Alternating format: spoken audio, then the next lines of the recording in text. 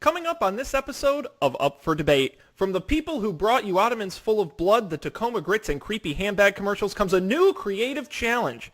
We're going to make our own game. That's right. What kind of game will it be? How will you play it? What will it be called? We don't even know. That's why you got to stick around, because we're going to have fun finding out next on Up for Debate. This is Up for Debate, episode number 63, recorded October 20th, 2016. We make a game. Hello, everybody. Welcome to this episode of Up for Debate, the show that doesn't have a topic on purpose. I'm Sean Jennings, joined as always by our Chief Creative Officer, the man with the imagination, Mr. Matt Mariani. What's going on, Mr. Sean? Are we ready? Oh, I don't know, Matt. I don't know. Anything that we do on this show ever? Well, okay, when we're talking about sandwiches, that's kind of hard to screw up. Let's get real here. These, true. I would say, I'm going to put my opinion, I'm going to say we're 1 and 2 on creative challenges. Yeah, I think that's fair. I think we really did a good job with our minor league baseball. Yeah, that was great. Go Grits. Although I still think spaghetti night is a terrible idea. Spaghetti night. I stand by that. That's a great idea. I just had spaghetti for dinner tonight. It's a great idea for a minor league game. What are you talking about? Spaghetti night. But I think our commercials were. What's the deal with spaghetti night? Was it everybody has their own bowl of pasta, and they have to whoever finishes it first.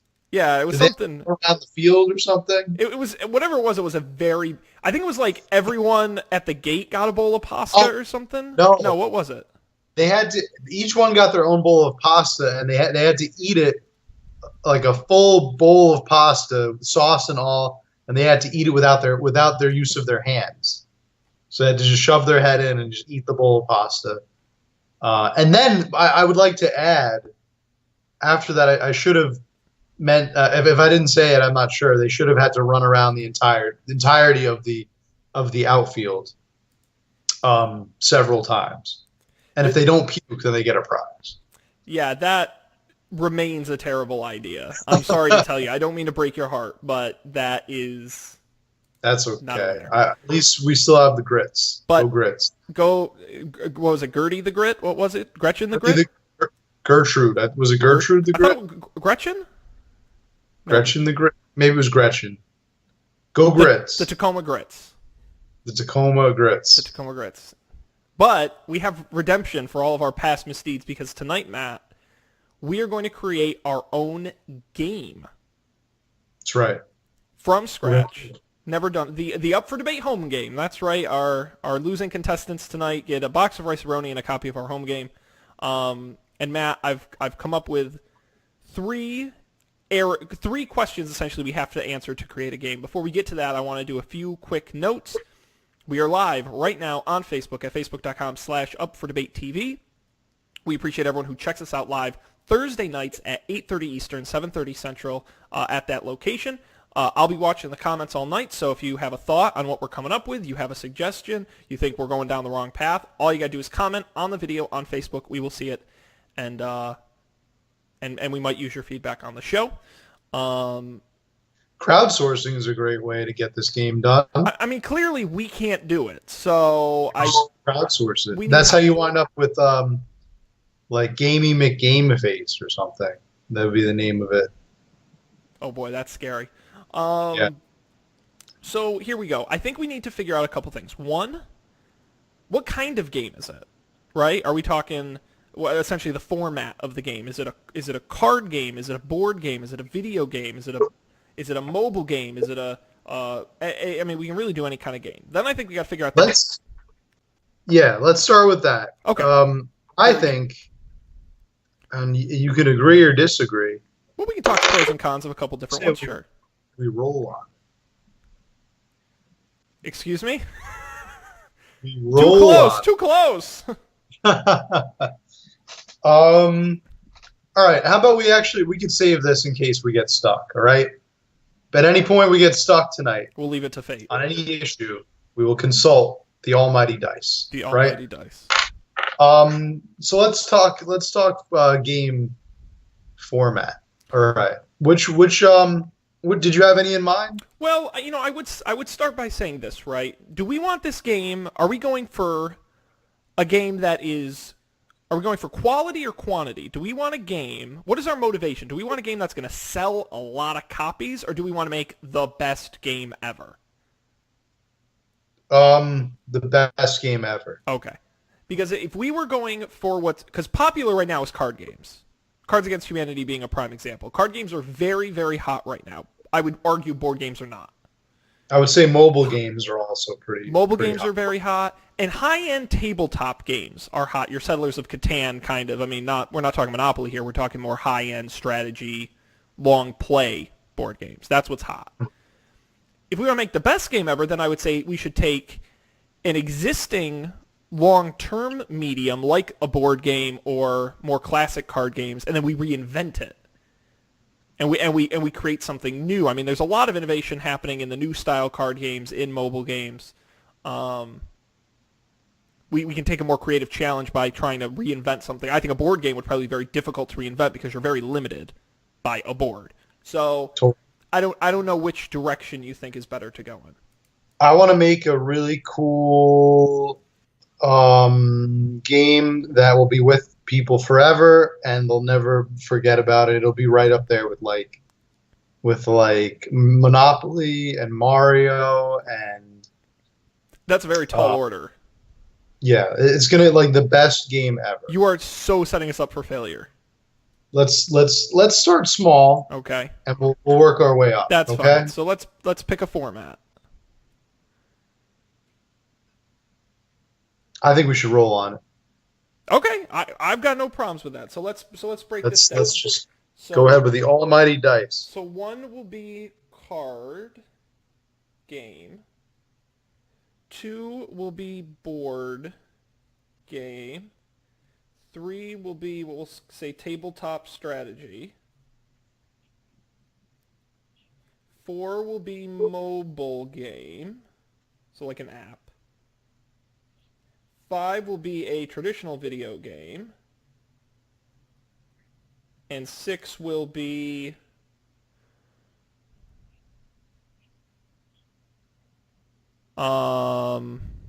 Do over. all right, do over because there's no five-sided die. Okay. All right, you ready, Matt? About as ready as I'll ever be. All right. Roll away. Okay, do we want to consult the dice cam? Oh 3000? yes.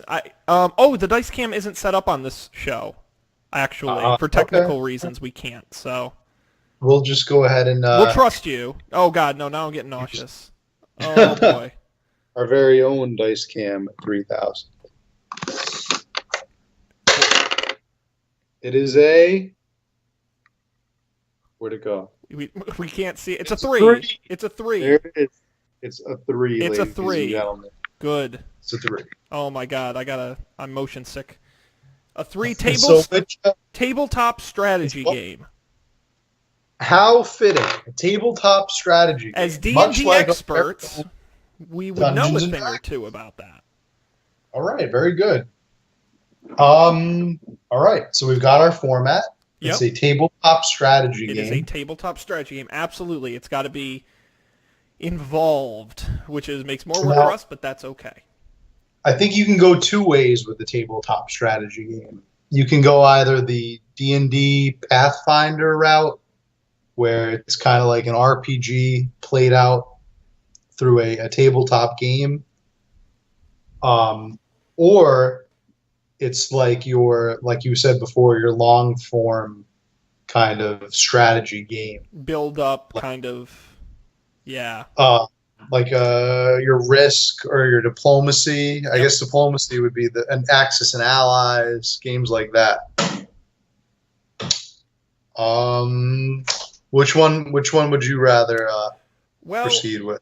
I would roll my two-sided die, but I seem to have lost it in this dimension. I would say I'm a little more interested in the latter. The build over time kind of game rather than the sort of narrative style game. Okay. All right. Let's do that then. Strategy game. A strategy game. A stratego, as some might call it. Stratego probably the easiest of strategy games. Yeah, Stratego is pretty easy. It's like Risk for Dummies, basically. Yeah. It's Yet I still suck at it. I know there are strategies to it for sure, but I don't know. It never really did it for me. It was too quick of a game. Yeah, it was definitely not fun.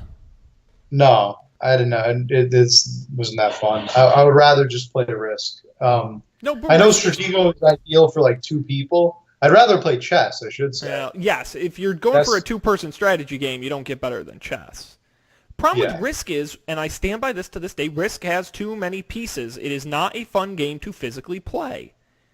I think it's pretty fun. I played it on iPad. It's fantastic on iPad. Yeah. Because the worst part is having to pushing... Who thought it was a good idea to push physical soldiers around a fake map? Well, I guess it's a real map, but it's anyway. It's pretty fake. Have you seen how big Ukraine is on this map? That's true. God, we gotta play Risk sometime. Okay. Risk is great. So now that we know what kind of game we're playing, the next step would be, and I don't know what you want to do first, but really the 2 big remaining things are A, the theme, and B, the mechanics. Okay. And I don't know which makes sense to do first. Should the theme inform the mechanics, or should the mechanics inform the theme? Let's try and figure out the mechanics first. Okay. And then see if we can move into the theme. Okay. Because one might inform the other, like you said, but yeah, we'll play it loose, and I think it'd be easier to hammer out the theme. So I think if we figure the mechanics out, the theme will come easy. The theme will come easy. Yeah. Okay. No, that makes perfect sense to me. So the mechanics of the game, when you open the box to our game, what is in it? Game board. Okay, a board. That's good. It's made out of wood. It's probably this is high end. It's about 4 to 6 inches thick. What? It's it's a pretty solid board. Do you know how 4 to 6 inches? Yeah, it's thick. It's a thick board, kind of like a pizza box. Keep writing this down. Made of wood. Okay, so a 4 to 6 inch wood board. Okay. The length of this board is probably about. It's going to be all on top of itself, but it would probably be. We'll go with 3 feet across. Oh my! 3 feet long. 3 feet long in length. Matt, you're describing like a pool table. This is utterly massive. All right, all right, just for reference sake, because I'm afraid we're off topic here. Okay. Have we gotten anything with the Facebook group? How big is a Monopoly board? A Monopoly game measures 2 feet by 2 feet. Yeah, a little bit shy of that. Okay. So this board itself is about 3 times the size of a Monopoly board. Well, 3 times the size would be three times the area, the surface area. The length, just the length. Well, 3 times the length would be 6 feet. Yeah, isn't that what I said? 6 feet. No, yeah, but 3. Oh my God! All right, we're gonna keep rolling here. 6 feet long. I'm 6 feet long. And then how wide? Probably only like a foot wide. Oh, so a very narrow, very long board. Okay, this is getting interesting. Kind of Sure. All right, made of wood, solid wood. And there are about 10 of these little circular wooden circles, okay, at the end of this board. All right, they look very much like this, but they're stacked up vertically. Okay, All 10 are stacked and vertically. yep, in what we would say maybe like a triangle formation. Okay, and what you do, the object of the game, you take your die, you take your 20-sided die, and you just kind of throw them across the board, and you have to try to knock these wooden pins. I mean, things down. What do you think about that idea? Matt, look, you're a good guy. All right, I'm not going to knock that. But, A, you invented shuffleboard. B, I was thinking of that's not a why I tabletop strategy game. It's a strategy because the other person has to decide how to align the pins. I don't think we're on the same page by what I mean by a strategy game. And they have to put obstacles in the way, like this zip drive. How many of those beers have It's you kind of had? like a mixture. It's like mini golf mixed with bowling mixed with backgammon. It's Okay. kind of what I'm trying to describe. All right. Can I expand on this idea a little bit if you don't mind? Absolutely. All right. We'll keep the horribly impractical, probably quite heavy, solid wood 6 foot long by 1 foot board. Okay? And the goal of the game, similar to what you said, is to get from one end of the board to the other. Okay? And along the board, there will be things that you have to do and accomplish, which we'll figure out in a second. And by doing those things, as you accomplish them, you acquire those discs. Those wood discs you described. And when you get to the end of the board, there is some sort of final, not challenge or competition, but there's some, at the end you have to play with those discs. Not necessarily in the manner you described, but along those lines. And the winner is the person who gets to the end and survives the final challenge with the most discs. Okay. So basically, you described like the game of life. Okay. First of all, they built every game that's ever going to be built. But you're right. I kind of did describe Now, life. but it gave me a great idea. Okay. Is This is that good. We're brainstorming.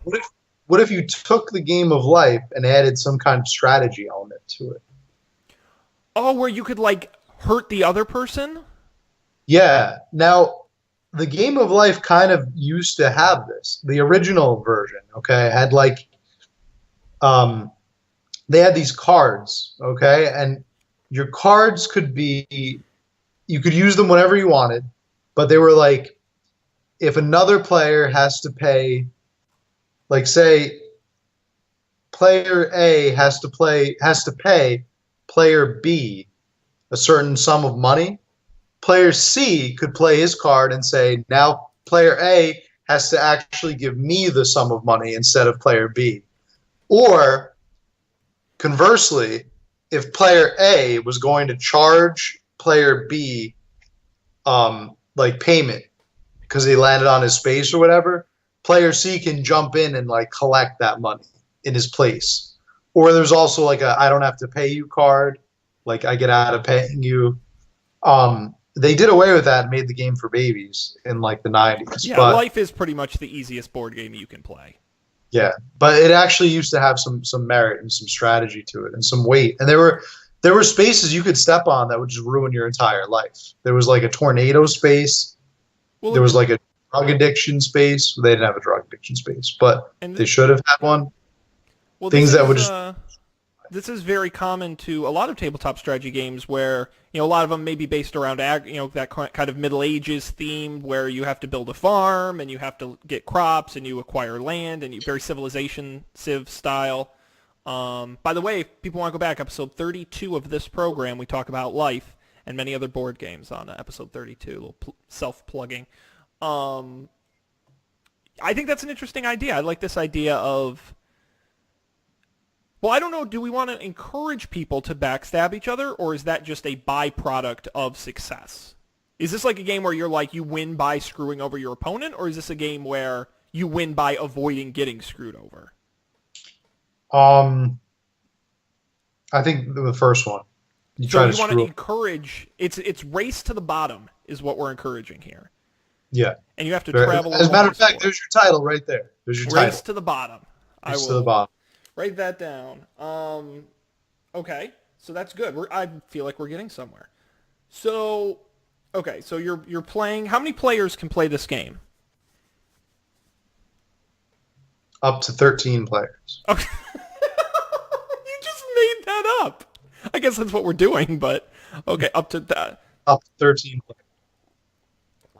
Okay, I'll pencil that in. What, 2 to And one 13 bank. players? One banker. What? Okay, one banker. Okay. The I banker gets I hope whatever- special visor that they have to wear the entire game. Banker with visor. All right. I really hope whatever theme we end up picking needs a banker, because otherwise the person's not going to have anything to do. Okay. We'll find something for him to do. So I guess then we're starting to veer into theme territory, because now the next question is, how do they get from one end of that board to the other while screwing each other over? What's the theme? Why are they doing this? What's the story, I suppose? And then I guess the story will inform, are there spaces? Are there cards? Are there pawns? Do you collect things? Do you lose things? We Is need there to take- money? As much inspiration as we can from Candyland. Okay.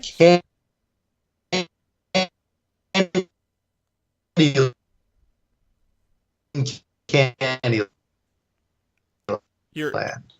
You froze up for a second there. I'll give Skype. If you really look at the subtext, we're back. Okay. I think we're back. Yeah. I can hear you. Yeah. Okay. You said the subtext of Candyland. There's really a story. If you really look at Candyland, there's like a story going on. Like you're traveling through this land to get. I don't know where you possibly want to get to, because it's around Candy, but Well, you want to get to the castle at you the can end, get right? stuck with King Candy. King Candy's castle, exactly. Why are you going to King Candy's castle? What is in King Candy's castle that you can't get anywhere else? This is Candyland. This is Candyland. So whatever is in that castle has to be something of the utmost importance. Agreed. Okay, that's all I'm saying. Is whatever is in that castle is something that's very sought after, very very much needed. Mm-hmm. What can we do to make our game like Candyland? So, one thing, okay, so you want to take inspiration from Candyland. One piece of inspiration I'm thinking of is the Oregon Trail, which I think is interesting because similar to what we've discussed, each person starts that game with a role. One of them is a banker, one of them might be a doctor or a blacksmith. Yes. It's a journey in which there are challenges, the opportunity for success and failure, and there is a natural conclusion when you reach your destination. And usually, not all the players reach that destination. So I'm interested by that theory as well, that this is a game where each player starts at a different place than each other. Not like radically different, but each has different advantages and disadvantages. I like that element. And I agree with you that whatever the destination is has to be very valuable in whatever story we craft. But I'm intrigued by this idea that not all players finish, because there aren't many board games where not all players finish. Now some finish behind, but almost every I'm curious about a game where halfway through you can lose. Yeah, that is an interesting concept. It's like a permadeath, right? Where you just kind of like the game is over. Or the alternate, again. A twist on that would be then the players that lose, again taking inspiration from zombies, right, is the players that lose turn evil or become the bad guys in the story of the game. And it's their job to disadvantage the other players. That's an option too. Yeah, that's definitely an option. I kind of like that idea. That everyone starts on the same side, but eventually they don't all end on the same side? I think that's a pretty cool twist. That's very original. Reminds me of that game Sharks and Minnows. I've never heard of that. It's a camp game. I didn't go to camp. I didn't have any friends as a kid. The minnows have to run from one side of the gym or the field to the other, and the sharks are running around catching them. And every time a shark catches the minnow, you got another shark there, or you got it's like a piece of kelp or something, or an octopus that tries to grab the minnows. Yeah, I like that idea. Okay. So now we need.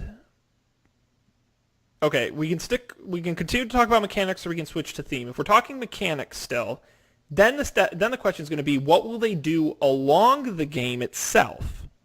How will they progress? Let's switch gears. Okay. Oh, sorry. Let's switch gears. Let's go to the theme. Let's go to theme. Okay, let's go to the theme. You got it. It's hard, because most of the themes have been done. So we've got to think of an original narrative that will play well as a game where, based on what we've already discussed, can accommodate 2 to 13 players. A game where each one of those 13, up to 13 characters, has their own distinct either personalities or advantages or disadvantages or something along those lines. Those players all have to start with a common goal, but in the end, not all of them will end with the common goal. And at the end, there needs to be a singular, whether you say prize or objective, in which all the players are trying to reach, except for the ones who have turned and are in fact trying to stop the others. So what story, what setting would accommodate those needs we've already developed? The Arctic expedition. There are no obstacles in the Arctic. It's no just cold and obstacles. empty. Kidding me? There's so many obstacles. The cold weather, the avalanches, yetis. All right, Matt, name me 13 types of Killer people whales. that would be up in the Arctic. Science researcher, 1.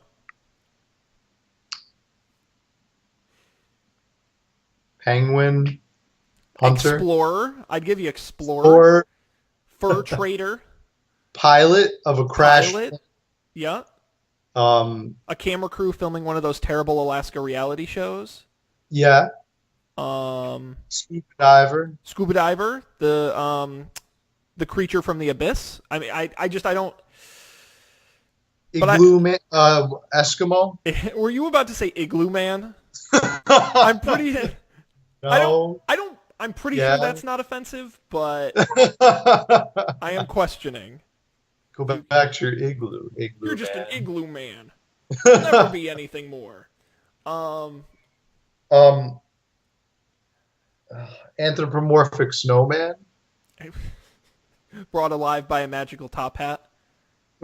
With wishes of children everywhere. Yeah. This is so really. What you're describing Santa Claus. is the Winter All Stars. This is a very Christmassy type feel to it. But I don't know how you become. Who's the bad guy in a story like that? How about the game is about explorers? It's all about explorers. And they're each explorers that are good at exploring a different environment. Oh, so I see a little hint of Clue here, right? Where you've got very distinct characters, each with an easy to identify theme. Yes. So there's the explorer of the Amazon, there's the explorer of the deserts, there's the explorer of the oceans, there's maybe a space explorer, I don't know. We'd have to fill 13 of these, but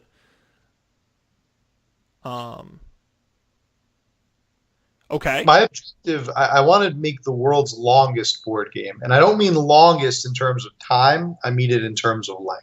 Okay. You want the board to be you want The physical board needs to be the longest board. Well, that requires quite a long story.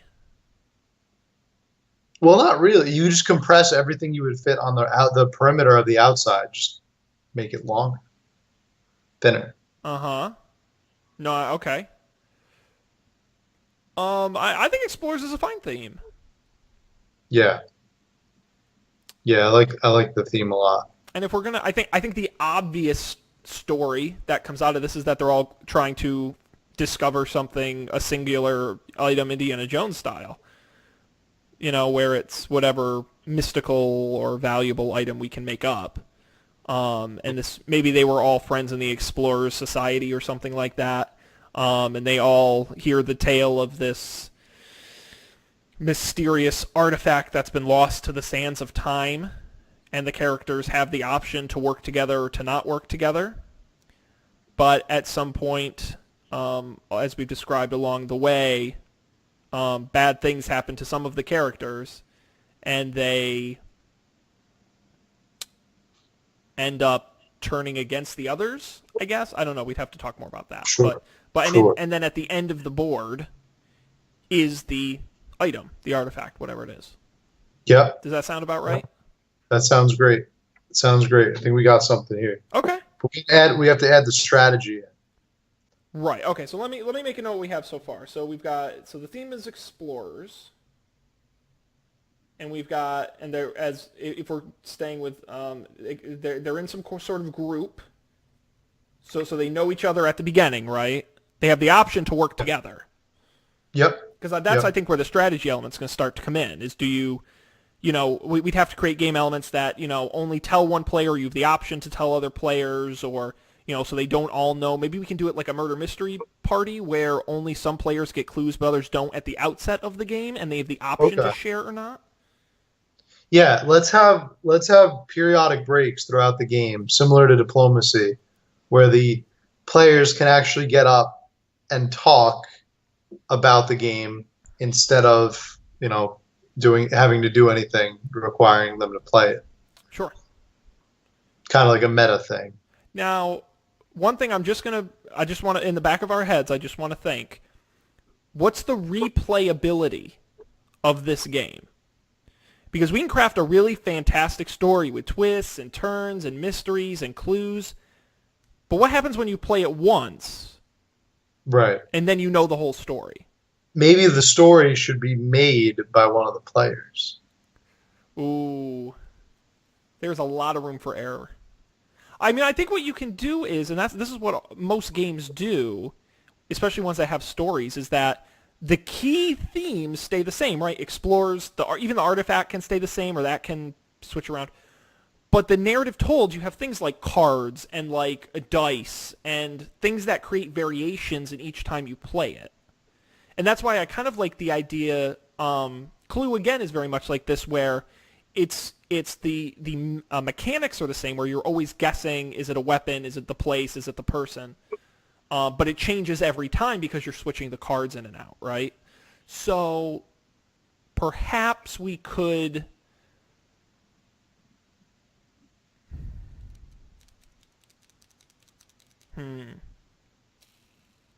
Yeah, because in that case, then we're going to be limited in how much we can.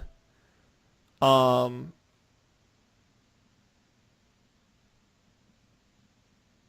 yeah, we're going to be limited in how much we can create variation. Like giving clues at the outset of the game. I don't know if you can create good variation and have the story make sense. Yeah.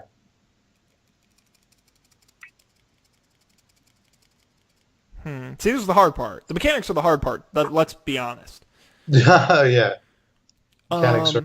All right, so why don't we back it up here for a second? How do the characters progress? Let's Okay. not worry about the outset at the moment. How do they progress? How do they move forward in the game? What is the mechanic that drives progress? I would say they Ooh, progress. yes.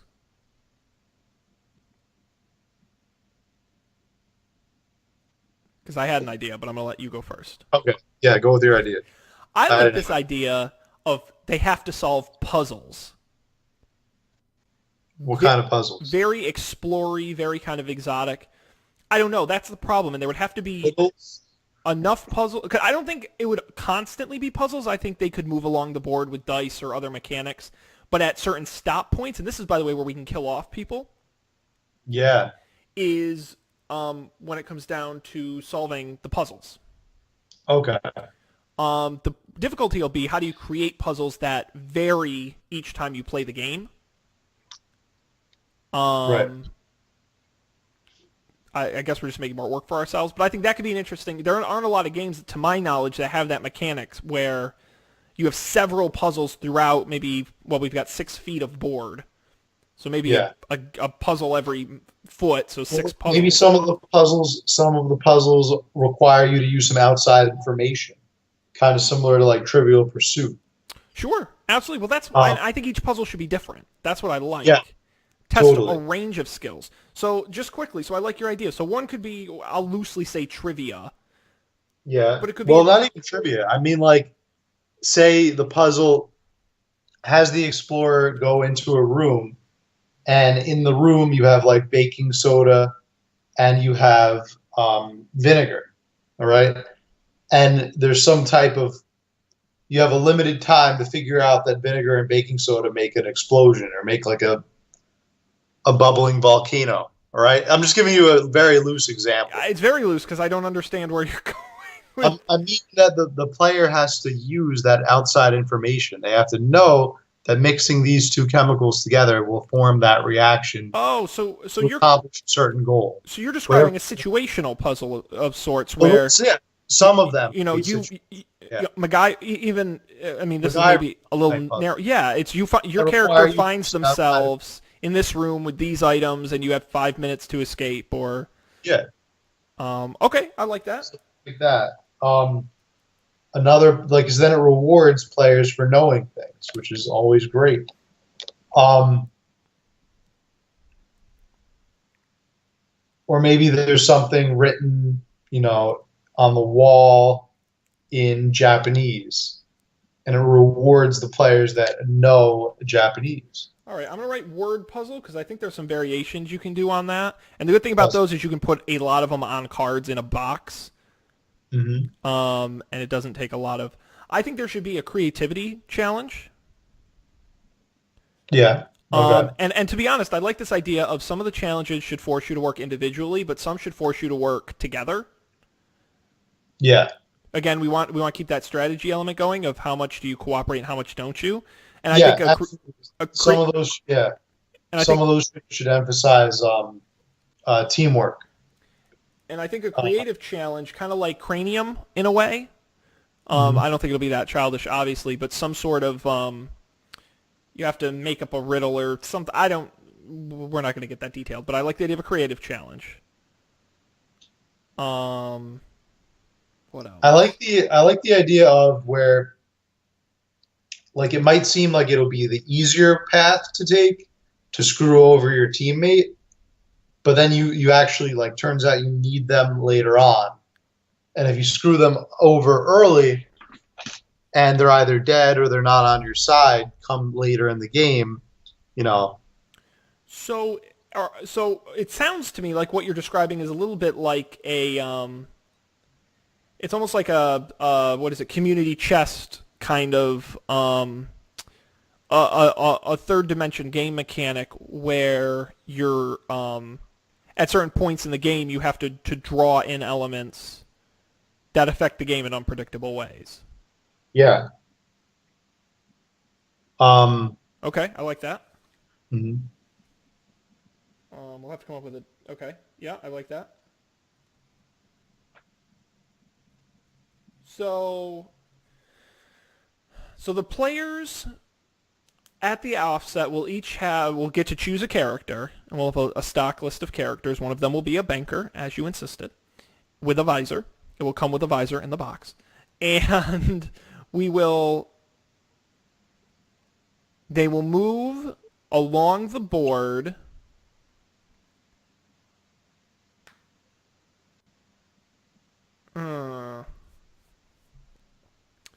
Because we've got to make sure that...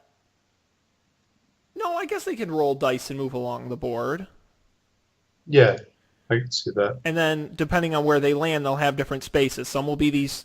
I see the puzzles very similar to in life, how you have kind of like you're required to stop and get married and stop and buy a house. Regardless of what you roll, you have to stop there.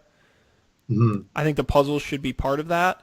But other spaces could be, as you described, those sort of curveball cards that Yeah. complicate the game, and those happen at random points. I don't know if there are any other spaces. Um,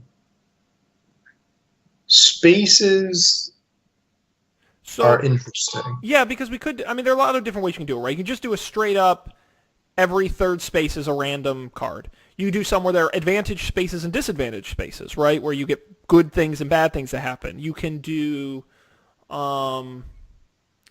different types of spaces. So we could do one where if we want to keep the um, cooperation, discooperation element going, there can be a card that's like secrets.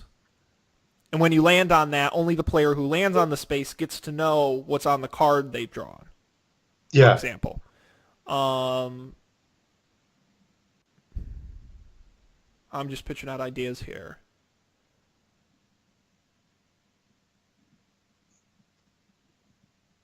Does any of that sound... There could be a space where you have to play like a game with another person, like a one-on-one game, like almost like a Ooh, game within a game. Mario Party style. Yeah, exactly. We could even do that at the end of every turn. Something crazy should happen at the end of every turn. Oh Like boy. meaning the end of after like every 13 people have gone, like or however many people are playing. Like a quick time event that's boiled down to like a simple dice roll. And it like can totally like just like impact the consequence of the game. Like, oh, a boulder is rolling down your path and you have to roll the dice really quick. And if you get, between 10 and 20, you're good. But if you get between 1 and 10, the boulder has crushed you and you're gone. So I'm split on this, and here's why. The pro is I do like the element of surprise, and I think it should follow almost a D&D style saving throw sort of metric, right? But on the other hand, it creates a massive amount of instability. Yeah, I that's the think in idea. the game, and I don't know if that's necessarily a good thing because then you want a game that is on some level predictable because you don't want people to get pissed off and they never win, and it's always confusing. You know what I mean? All right, then how about nothing as dramatic as it kills them it does But some sets them back a few paces or but something. I like the idea Mhm. of after everyone is gone, something happens. So I think that's a good idea. I like the idea that it it should involve a dice roll. So I think what needs to happen is potentially at the end of each round, we'll say, the... Oh, okay, how about this? At the end of each round, the character in last place gets some kind of bonus opportunity based on the roll of the dice? I like that, like almost like a blue shell moment. Yes, and then based on how they perform, they get some kind of advantage, and there can be, different ones that, they can, again, draw a card, or, it can be a rotating set of them, but maybe they get to switch places with somebody who's up ahead, or they get to just automatically advance to the next puzzle, or there can be certain... Maybe that can be based on the dice roll. Like, the lower you roll, the less of an advantage it is. So if you roll a 1 to 5, nothing happens. If you roll a 5 to a 10, you get to move up 10 spaces. 10 to 15 is you get to swap with anyone you want. And then 15 to 20 is you automatically advance to the next stop point. Or something like that. Okay. Yeah. Or you switch places with another player or Yeah. something like that. Something Yeah, crazy. you get some kind of advantage. Okay. Um,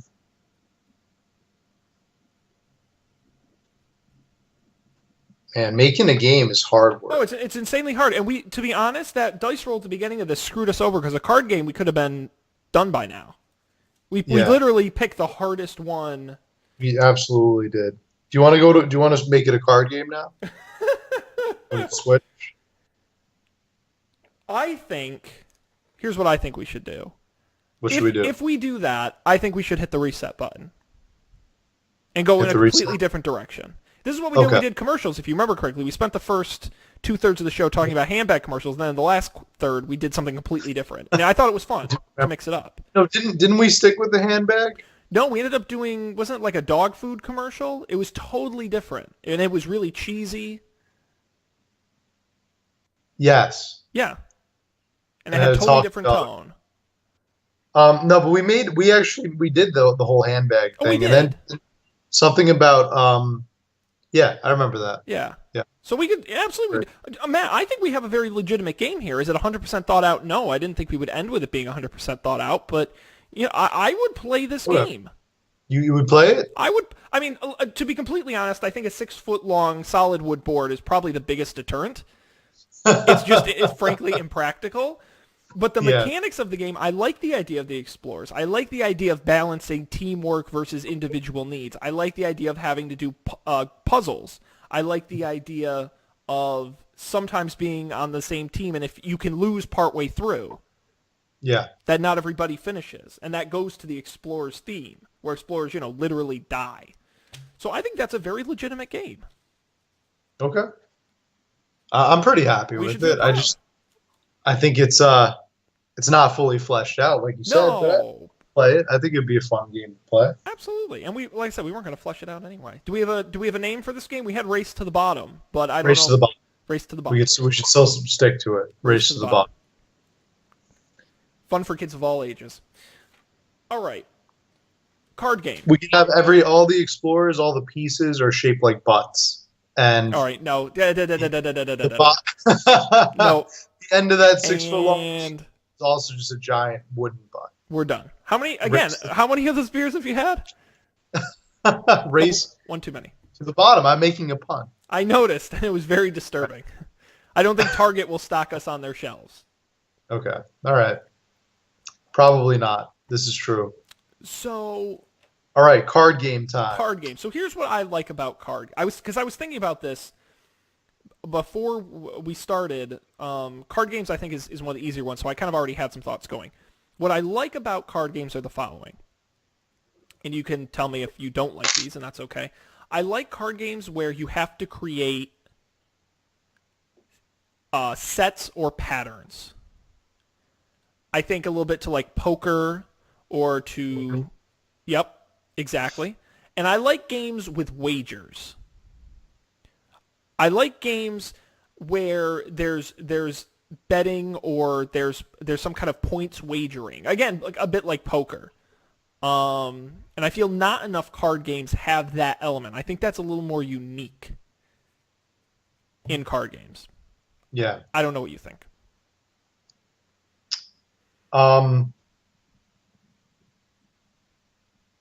Yeah, I like the fast-paced card games where like a fast-paced rummy. Sure. Or like a fast-paced spoons. But on the other hand, if it's going to be like a slow-paced game, what I really hate more than anything else is like BS. Because I don't really think it's a card game. I don't think there's any like strategy to it. It's just how good can you lie, basically. So, okay, so if I'm taking what you said and what I said and smashing it together, because I think that's very doable, the idea of speed, I like the idea of teams or pairs. And I like, so, all right, so again, I'm starting to get ideas here in my brain, which doesn't happen often. And so, a game where everyone's in pairs, and there are rounds. And we can do a wager element or not. I think I can live with or without it, but you do that per round if you did. And so you wager on your performance per round. And in each round, there's a speed element with playing the cards. So they're fast rounds, and you can play many rounds. 10 rounds. I mean, whatever, you can pick a number, and whoever has the most whatever at the end wins. But I like that idea. I think that's a neat group game. Yeah. The question is, again, what's the card mechanic? What is on the cards? What makes you play them fast? Why are you playing them fast? Hmm.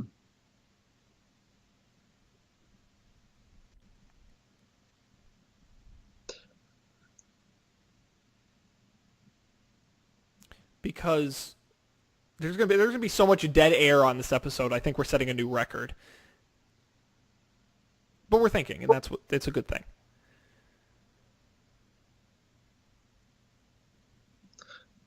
Because if you don't, then you lose all your cards. Okay, so the point of the game is to collect cards. Yes. Rather than, I feel like most of those fast-paced games have you trying to ditch as many cards as you can. So maybe we make the one where you have to collect cards as fast as you can. Okay, I like it. I like it. Why are you collecting? What?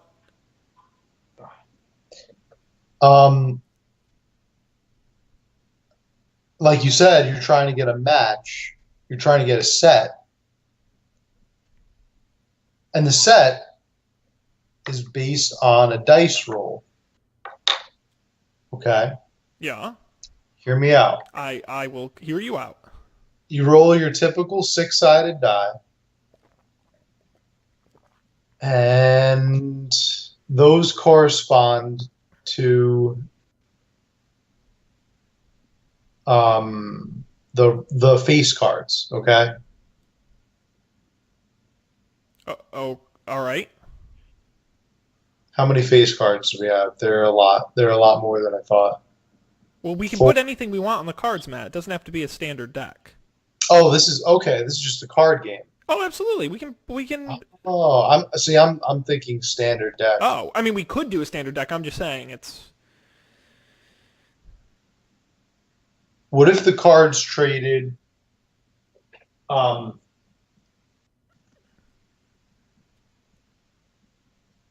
You could put whatever you want on the card. So you can put whatever you want on the card. Like, literally write whatever you want on the blank card. Wow. Oh my god, it took us 52 minutes to get through this breakthrough. Oh my god, we suck so hard. You can put whatever you want. Anything you want, Matt.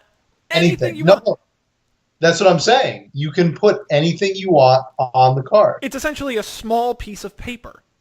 Yes. A blank you can put canvas. anything you want on. Anything. Yeah. Anything. That's it.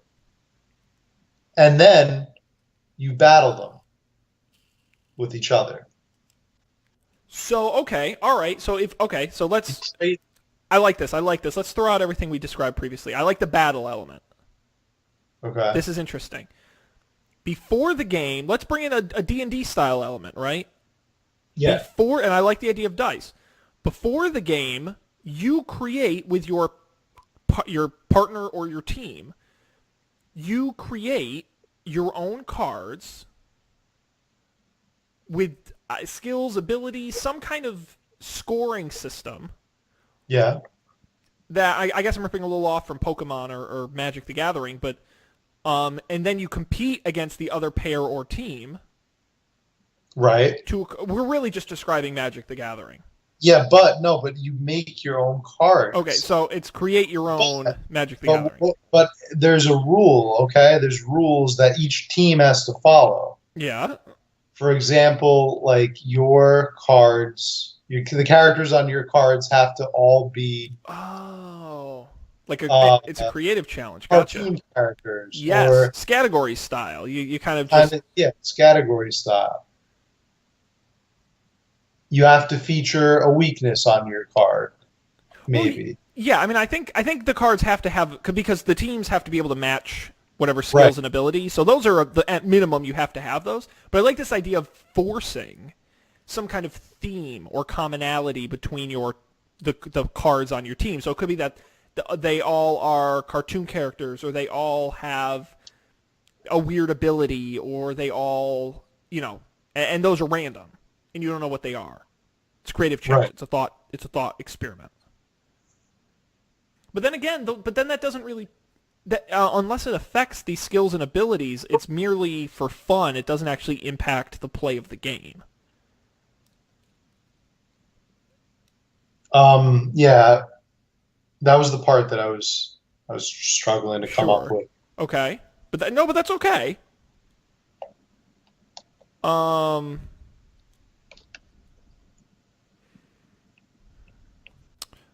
I have a suggestion. Okay. I think we call it a night. What do you say? We are on a bullet train to nowhere. Bullet Train to Nowhere. We can name the card game that. Bullet, bullet train. Bullet Train. Can we please just ship people a box full of blank white cards and claim it's a game? Just have to make it. Be like, no rules. You make up your own rules. You make up your own cards. I don't know why I thought this was going to be easy or fun. It sounded like a good idea. Fun, but To be God, honest, I still think this went better than the story writing challenge. I think it did. I think it did. It took a lot less. There were a lot less weird twists and turns, but But we also actually ended up with a story at the end. We didn't really end up with a game at the end. no, we no. This is one for the vault. You can pack this away in the vault. No one's gonna ever see this one. Our Sorry, lost guys, episode. we didn't have a episode this week. Be like, guys, why does it go from episode 62 to 64? No reason. Well, no. So no one commented on Facebook to save us to be No, like nobody watched. But to be honest, most weeks nobody watches us live. I stream it and occasionally we do, but I guess this week it was quiet. Nobody was on Facebook this evening. we're probably that's probably better. It's better that way. For sure. We got one. So here's the deal. Yeah. How about we do this, Matt? Because I haven't told you this. I got a surprise. Oh God. I ordered Up for Debate stickers. We're gonna have stickers. Stickers. So here's the deal. If Cool. anybody out there managed to listen to the episode for this long and get to this point, send an email to upfordebatetv@gmail.com or tweet at upfordebatetv, and I will mail you a sticker pack, not only with Up for Debate stickers, but you will get Don't Panic stickers. You will get Goldilocks Zone stickers. I think I still have some. We don't have Game Night stickers yet, but maybe we will by the time I send this to you. So that is my commitment. If you stuck around long enough for an hour of our nonsense and confusion, email or tweet, and I will personally send you some stickers. You deserve it. You've earned it. Easily. You've earned the cost of whatever a stamp is these days for me to mail that to you. Totally. Well earned. Yeah. Good, Matt. Well, you know what? Let's take this opportunity to tease our next episode. Yes. Do you have any ideas? Well, we're doing the movie draft next episode. Yes, we are. Oh, my goodness. Yes. So we don't need any ideas. We don't need any ideas because we're using an idea we've already done. Next week, you are going to want to tune in, episode 64, and here's why. If you enjoyed our summer movie league that we did all summer long, I know I did, I know Matt did, I think we all did, we're getting the gang back together because we are doing a winter movie league. Movies starting now in October, and I believe the last movie ends all the way in March, so it runs all winter long. We're going to have a set of 30 movies. I will not be participating, so I can be permanently undefeated, and which I think is important. And I think that we're going to have a great group. Matt, you'll be there. Colby and Dan are going to be there. I believe Mike is going to be back. Phil might be there. We're going to get a great roster of folks. We're going to recap the Summer League, and we're going to do a fresh draft, which is I'm so looking forward to it. It's so much fun. And Matt, you'll get a chance for redemption. Finally. Finally. You put in a valiant effort this summer, but I think the winter is really going to be your strong suit. We'll see. We'll see. I love your enthusiasm. So join us next time. The website upfordebate.tv, of course. All the episodes will be there, and you can click the subscribe button and get links to everywhere you can follow us on most major podcasting platforms, including iTunes, Stitcher Radio, of course, on SoundCloud as well. And you can follow us at UpForDebateTV on Facebook and, of course, on Twitter and Facebook.com/UpForDebateTV, where we do the show live Thursday nights, 8:30 Eastern, 7:30 Central. But the best way is to follow us on Twitter because we tweet when we go live, or like the page, and you'll get notified when we go live. Matt, that is it for this week. We are going to cut it off before we sink to the bottom of the ocean.